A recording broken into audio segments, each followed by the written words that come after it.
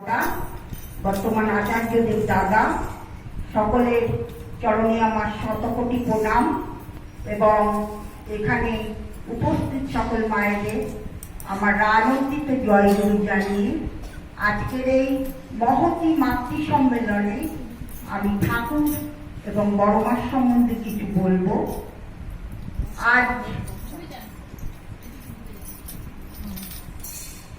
আজ বহুদিন পর আমরা এবছর সমবেত হচ্ছি।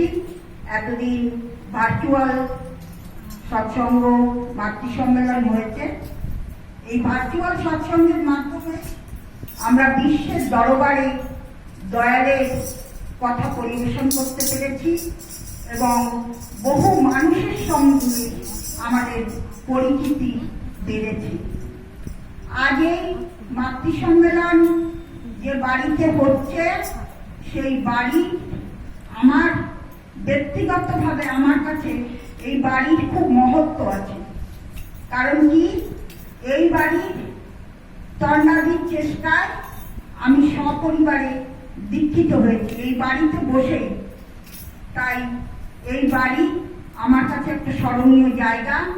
পরম পিতার রাতুল চরণে প্রার্থনা করি যে উদ্দেশ্যে এই বাড়িতে মাতৃ সম্মেলন বা সৎসঙ্গের আয়োজন করা হয়েছে, পরম পিতা তাদের উদ্দেশ্য যেন সফল করেন।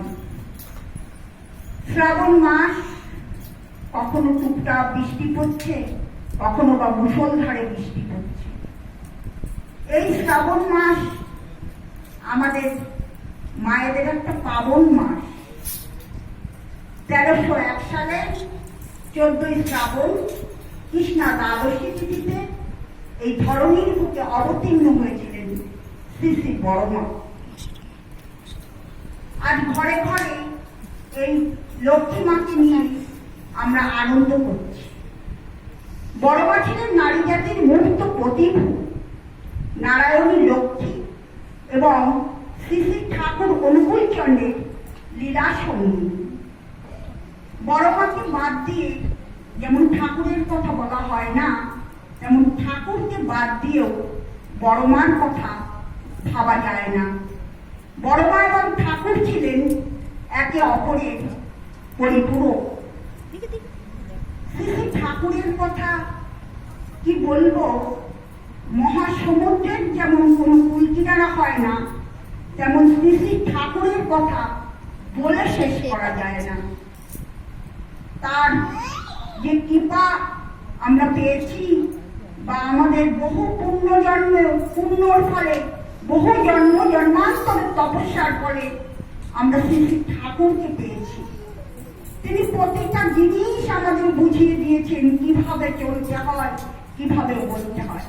ঠাকুর বললেন এই পৃথিবীটা আমাদের উদ্দেশ্য হচ্ছে, আর পৃথিবীতে আসার উদ্দেশ্যই হচ্ছে ঠাকুরকে প্রতিষ্ঠা করা। তুমি প্রভু, আমি দাস। ঠাকুর বাড়িতে বললেন প্রভু প্রভু বলিস না তুই, দাস হলে তুই কবে। আমরা মুখে বলি কিন্তু আমরা কিছুই করতে পারি না।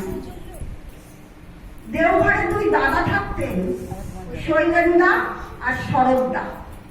এক দাদা ছিলেন ইংরেজির অধ্যাপক আর এক দাদা ছিলেন বাংলার অধ্যাপক। দেওঘরেতে থাকতেন। দুর্গায় একটা ঠাকুরের উৎসব হচ্ছে, সেখানে দুই ঋত্বিক দাদাই গেছেন, ঠাকুরের আলোচনা করেছেন এবং বহু মানুষ দীক্ষা গ্রহণ করেছে। তারা উৎসব শেষ করে ফিরে এসেছে, পার্লারে বসেছে। ঠাকুরকে বলছেন, ঠাকুর আমরা উৎসব করে এসেছি। ঠাকুর বললেন, তা তোরা কি করলি, কি কথা করলি? তখন শরৎদা বলছেন, শৈলেন্দা যা বলেছেন ঠাকুর একদম ফাটাফাটি। আপনার কথাগুলো সুন্দরভাবে সকলের মধ্যে তেজদীপ্ত ভাষায় বলেছেন, সে কল্পনার বাইরে। আবার শরৎদা বলছেন, শৈলেন্দা যা বলেছে ঠাকুর একদম ফুলঝুরি ছুটিয়ে দিয়েছে, কত লোক হাততালি দিয়েছে। ঠাকুর বসে আছেন, চুপচাপ দেখছেন আর তামাক খাচ্ছেন। তাদের বলা যখন শেষ হলো তখন ঠাকুর বললেন, এই বক্তা হতে গেলে কি কি গুণ থাকা দরকার রে? বক্তা কারে কয় বল?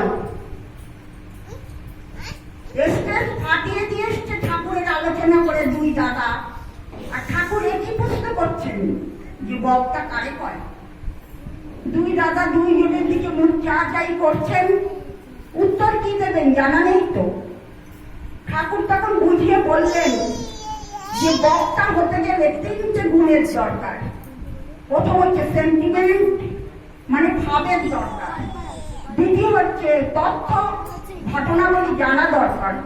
তৃতীয় হচ্ছে যুক্তিবাদী বিশ্লেষণ, রেশনাল যেটাকে বলা হয়। ঠাকুর বললেন, শোনো, বক্তা হতে গেলে তিনটে গুণ দরকার। প্রথমে ভাব আনতে হবে, তারপরে সেই ঘটনাকে পুরোপুরি জেনে যুক্তিবাদী বিশ্লেষণ দিয়ে যে যত বলতে পারবে সে তত বড় বক্তা। এইভাবে ঠাকুর সমস্তটা বুঝিয়ে দিতেন। যে কোনো মানুষকে, বিশ্বম্বর শিলদার মনমোহন ধামের পাশে এক নাপিত, সেই নাপিত ঠাকুরের চুল দাড়ি কাটতেন, কিন্তু সকালবেলা দোকান খুলতেন আর ঠিক 11টার সময় তার স্ত্রী আসতো। স্ত্রী এসেই গনগন গনগন শুরু করতো। আস্তে আস্তে আস্তে আস্তে তুমুল ঝগড়া হতো দুইজনে। স্ত্রীর সাথে তার মনের মিল ছিল না, স্ত্রী রণযন্ত্র মূর্তি ধারণ করত। এইভাবে খুব ঝগড়া হতো। পাশের দোকানদাররা অতিষ্ঠ হয়ে গেল। তারা কি করলো? তারা একদিন সবাই মিলে গিয়ে ঠাকুরের কাছে গেছে নালিশ করতে। ঠাকুরকে বলছেন যে ঠাকুর, ও তো দীক্ষা নিয়েছে, যজন যাজন ইষ্টভীতি সবই করে, তা কি করে? ও তো দিন রাত ওর সাথে ঝগড়া করে, আপনি এর একটা ভিড় করেন ঠাকুর। ঠাকুর চুপ করে রইলেন। দুদিন পরে এক দাদাকে বললেন বিশ্বম্বরকে ডেকে আনতো। যথারীতি বিশ্বম্বরদা গুটি গুটি পায়ে আসছেন। বিশ্বম্বরদা একদম পড়াশুনো জানতেন না, অগাধ মুক্ত ছিলেন।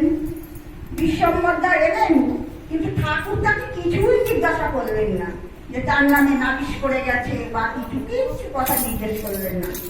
তিনি বললেন, বিশ্বম্বরদা দেখেন তো, আকাশটা দেখে আসেন তো, মেঘ আছে নাকি?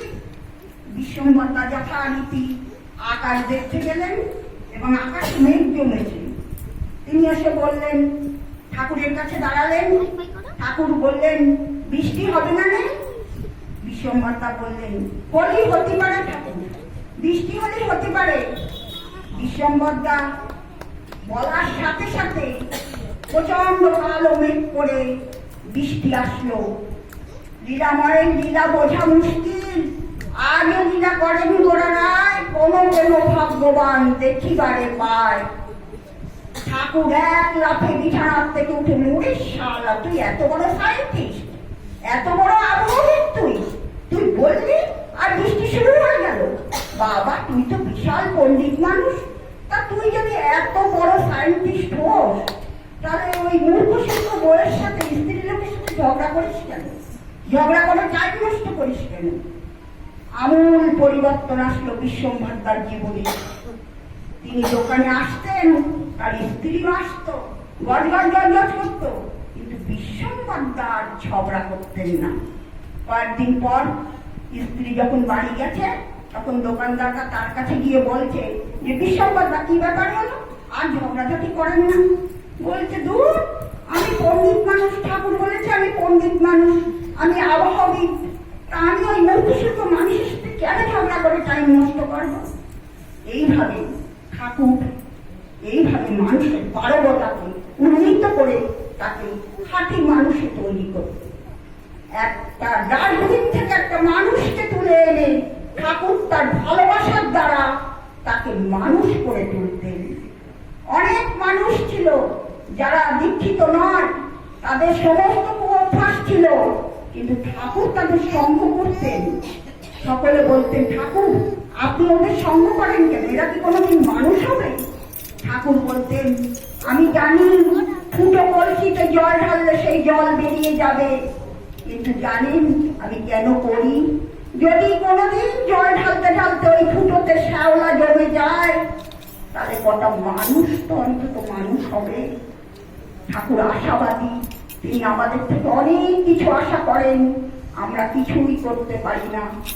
এক দাদার সর্বাঙ্গে ঘা, পচন ধরেছে, অনেক ডাক্তার দেখিয়েছে, কিছুতেই কমে না।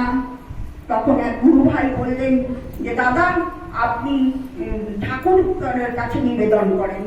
তখন দাদাটি বলছেন আমি দেওঘর কি করে যাব, আমার তো সারা গা পচে গেছে, গন্ধ বেরোচ্ছে। বলছে তবুও যান। দাদাটি নিয়ে গেছে, ঠাকুরের কাছে গেছে, দাদা নিবেদন করলো যে একজন এসেছে আপনার সাথে কথা বলতে। ঠাকুর দূর থেকে হাত দেখিয়ে দাঁড়াতে বললেন এবং বললেন তোর বাড়িতে জায়গা আছে? বলছে আছে। বলছে একটা ছোট্ট মন্দির কর। ঠাকুর তাকে দেখেই বললেন যে ও হাঙর। এই কথাটা বলার পরে এই কথা বললেন যে বাড়ি গিয়ে একটা মন্দির করে। দাদাটি বাড়ি গিয়ে মন্দির শুরু করলো। যেমন যেমন মন্দিরের কাজ হচ্ছে ঠিক তেমন তেমন দাদাটির ঘা ঠিক হয়ে যাচ্ছে। এবার এসেছে দেওঘরে, ঠাকুর দূর থেকে দেখেই বলছে ননি তোর ঘা ঠিক হয়ে গেছে? দাদাটি বললেন হ্যাঁ ঠাকুর, জামা খুলে ফেলেছে আনন্দে। বলছে হ্যাঁ ঠাকুর আমি সম্পূর্ণ সুস্থ হয়ে গেছি। তখন পাশের একটা দাদা বললেন যে ঠাকুর আপনি যে সেদিন ওকে দেখে বললেন ও হাঙর, ব্যাপারটা কি বুঝতে পারলাম না তো। ঠাকুর তখন বললেন পূর্বজন্মে ও সমুদ্রে মাছ ধরত আর ওকে হাঙরে কামড়েছিল।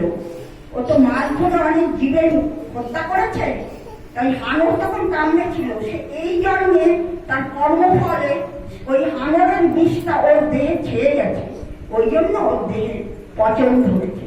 বিকালদর্শী তিনি আমাদের ভূত বর্তমান ভবিষ্যৎ সবই দেখতে পান। নেপোলিয়ন বোনাপার্ট আগ্রাসনী নেতা ছিলেন। তিনি সমস্ত পৃথিবীকে করায়ত্ত করতে চেয়েছিলেন। তার রক্তের নেশা ছিল, খুন না করে তিনি থাকতে পারতেন না। সাম্রাজ্যের পরে সাম্রাজ্য দখল করতেন, মানুষ মারতেন, এই ছিল তার কাজ। কিন্তু পৃথিবীকে করায়ত্ত করা তার পক্ষে সম্ভব হয়নি। একটা ছোট্ট দ্বীপের রাজার কাছে তিনি পরাজিত হয়েছিলেন। পরাজিত হয়ে তিনি কারাবাসে ছিলেন। মৃত্যুর যখন সময় হয়ে এসেছে তখন কারারক্ষী তাকে জিজ্ঞাসা করলেন সম্রাট আপনার কি কোনো ইচ্ছা আছে? নেপোলিয়ন প্রচন্ড অহংকারী ছিলেন, তিনি বললেন না আমার কোনো ইচ্ছা নেই। যখন চলে যাচ্ছে কারারক্ষী তখন নেপোলিয়ন শোনো একটা কাজ করো তো, আমার নাতিকে একটু দেখিয়ে দিও তো আমাকে। পরদিন যথারীতি নাতিকে নিয়ে এসছে। নিয়ে আসার পরে বলছে দাদু ভাই আমি কটা কথা বলছি তুমি লেখো। বলছে পৃথিবীকে করায়ত্ত করার চেষ্টা তিনজন করেছিলেন। এক হচ্ছে আলেকজান্ডার দ্য গ্রেট, একজন হচ্ছে জুলিয়াস সিজার, আর একজন হচ্ছে আমি তোমার দাদু। কিন্তু কেউই আমরা পারিনি।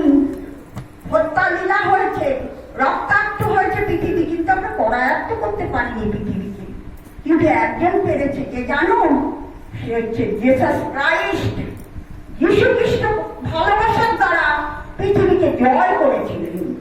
আমার ঠাকুর শ্রী শ্রী অনুকূল চন্দ্র বলেছেন লাভ অ্যান্ড নেম, ভালোবাসা এবং নামের দ্বারা পৃথিবীকে জয় করা যায়।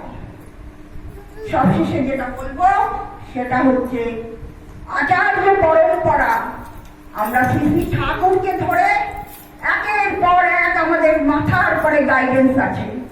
ঠাকুর ছিলেন, তারপর আসলেন বর্দা, বর্দার পরে আমরা আচার্যদের দাদাকে পেয়েছিলাম, বর্তমান আচার্যদের দাদাকে বাবাই দাঁড়াতে পারছি। ঠাকুর যদি থিওরিটিক্যাল হন, বর্দা ছিলেন প্র্যাকটিক্যাল। ঠাকুরের সমস্ত ইচ্ছাকে তিনি পরিপূর্ণ করতে চেষ্টা করতেন। ঠাকুরকে খুশি করাই ছিল তার আসল উদ্দেশ্য। আবার আমরা আচার্যদের দাদাকে দেখতে পাই কোটিতে কোটিতে দীক্ষা ব্যবস্থা করেছেন। আবার পরবর্তীকালে আমার বর্তমান আচার্যদের দাদা 2016 সালে গণদীক্ষা দিয়েছেন। 100 দিনের পরিক্রমা করে মানুষকে কিভাবে দীক্ষা দিয়েছেন, কি সাধনা তার যে তিনি অসুস্থ হয়ে যাননি।